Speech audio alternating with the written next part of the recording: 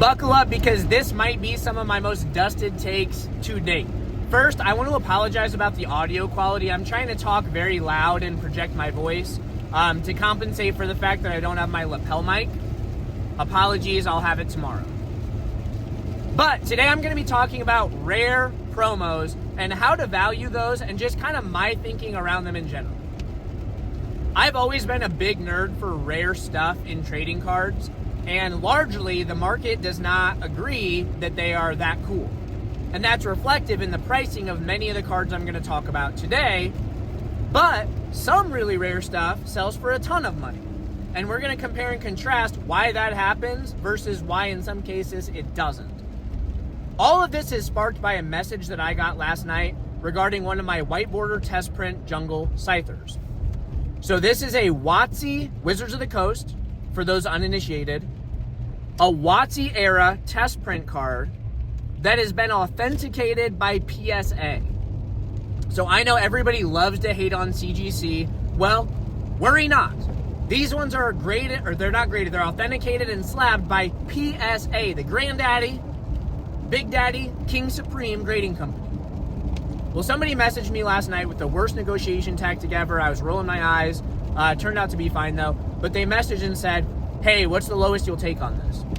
So an appropriate response to that, as far as I'm concerned, is feel free to make an offer, but I'm not going to negotiate against myself. Thank you for understanding. That pretty much sums it up without being a jerk. So the user responded to me by saying, hey, I'm not interested in buying. I've actually got a Clefable, and I'm trying to figure out how much to sell it for. So we got into this very interesting conversation about like our thinking behind these cards. So I've owned these test prints since they were authenticated, at one of them since the sheet was actually cut, and then the other one came to me just last year. I got very lucky. But these are cards that we know have a finite amount in existence because there's only 2 known sheets. One of them was cut and distributed in full, so there's like 6 to 9 copies of any given Pokemon on that sheet from the jungle set. So we're talking Vaporeon, Flareon, Jolteon, Snorlax, Scyther, etc. All the way down the list. Then I add like a plus or minus because we do know of a second sheet. I have a second Scyther that was hand cut by some kid with safety scissors in his living room floor back in the year 2000, and there's a Pidgeot from that sheet graded by PSA as well. As far as I know, there's no more. So let's just round up and call it 10 copies, and I'll use my Scyther as an example because I don't want to like speak negatively of anyone else's cards. So I'm going to talk about what's working against those cards. I'm going to compare them to some other promos that are up in value and some other promos of similar rarity that are way cheaper.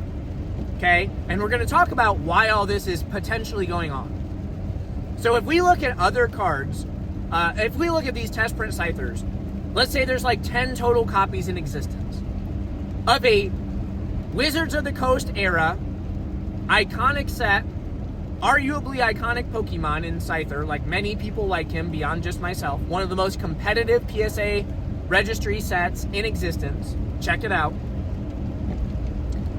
Well, if we look at that card, there's some things working against it. First of all, it's non-holo, so people don't love that. But it's just, that's what got the test print.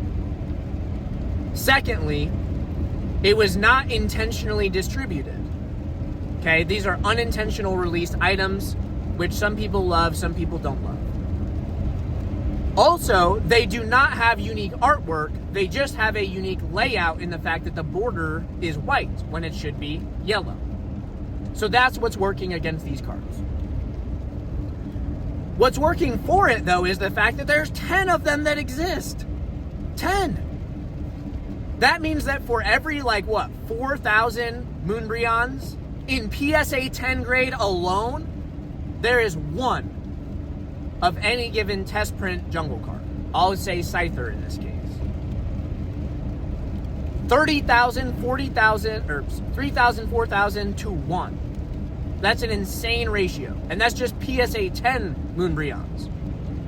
I'm not claiming that these are as cool, iconic, or desirable as Moonbreon. But that's the mathematics behind it. Well, then you take into consideration the SM Pratism of older, rarer mints are better. Well, it's super rare, as just described. It is super old, from like the year 1999 or 2000. Condition is kind of irrelevant because PSA doesn't grade them, they just authenticate them. So as far as the label goes, condition is kind of out the window. Very old, very rare. That's cool. Okay? Now, comparing that to some very expensive cards of similar rarity, we have the Snap promos. The Snap promos were released in tandem with the Pokemon Snap video game, and there's like, 14 copies of any given card from the Snap series? Those cards were selling for high five figures back in like 2019 even. Today, there's some that sell for multi-six figures of similar rarity. Now, those have unique artwork, and they were an intentional release. So that's how they differ. But they both have a similar rarity in terms of quantity released. So there's that. That's like the bull argument for these test prints. Now, if we look at other cards with similar rarity, I'm going to point to like a Worlds promo with a finalist stamp.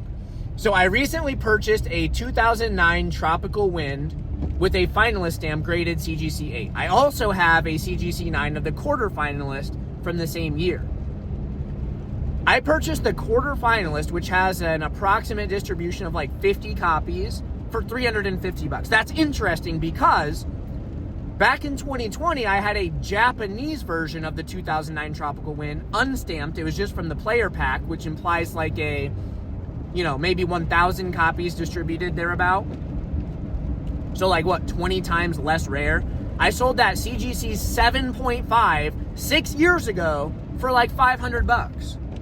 I bought the quarterfinalist a couple weeks ago for $350. Higher grade, English, rarer, and 6 years have gone by.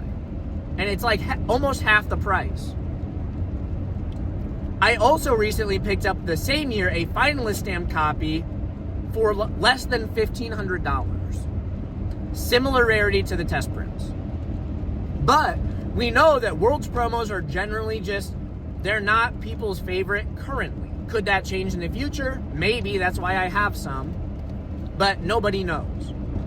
When we compare like a 2009 Worlds promo to the 2009 Pikachu trophies, it's a very obvious difference. Obviously, people are spending multi-five figures for the Pikachu trophy cards, and they're only selling like low four figures for the Worlds promo of similar rarity. So there's a big disparity, even though they're same year, grades aside, similar rarity. Massive valuation disparity. Will that gap close? Who knows? But that's just food for thought. So the downside valuation of these Scyther test prints, let's say somewhere like high four figures, because they're older and they're more rare. Upside, high five figures, low six figures. Are we realizing those prices currently? Absolutely not. I would not be caught dead, knock on wood, auctioning my test print Scythers right now, because who the heck knows what they would sell for? I'm not willing to make that bet. Call me a coward. I'm not willing to gamble like that. I like the cards more than I like the risk. So I have them right now set for a very high buy it now price.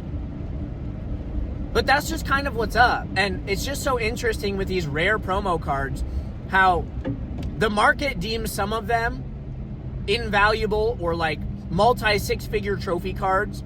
And then you take another card of similar rarity and it's like $1,000. And that's just the world of rare exclusive promos.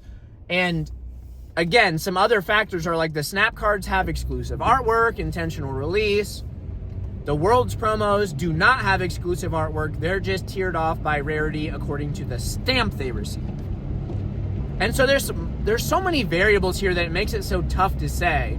But that's just kind of the world that you're working in if you choose to interact with rare exclusive promos, test prints, etc. I'm not here to say that they're over or undervalued. I personally feel that they're undervalued. Maybe I'm saying that because I own some, or maybe I own some because I think that. that's up for you to decide. It's a chicken or egg scenario. Let me know your feelings of cards like this in the comment section down below. That's what I've got for you today. Thanks for watching.